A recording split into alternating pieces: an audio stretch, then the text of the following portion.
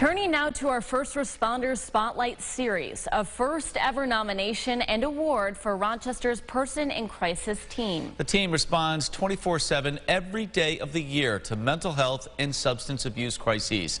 Renee Breen is a social worker with that unit, and Christian Garzone surprised her last week for her efforts in changing the lives of countless people across our city.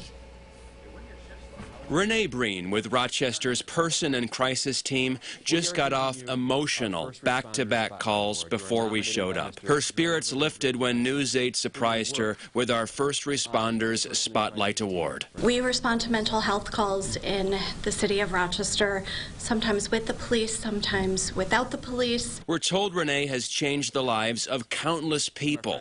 She says no shift is the same. We really see people sometimes at their worst day, from kids that are in crisis in schools to folks that are homeless, folks that have serious and persistent mental illness. Her coworker Dre Johnson nominated Renee for the award. We are more than just colleagues. She is a friend. I always say if I was in a bad place and I had one phone call to make, I'm calling Renee Breen. Aaliyah Hinton-Williams leads the group. She says Renee is a pillar for the team. I know Renee is always going to take an extra step for people. Renee says everyone in this room leans on each other. After we go on a tough call, just having a few minutes to debrief with each other.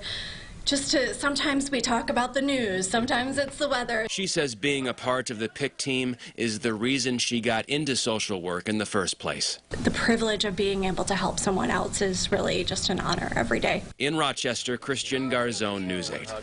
Christian, thank you. Our First Responder Spotlight series brought to you by Bill Grays. The PIC team launched its pilot program back in January of 2021.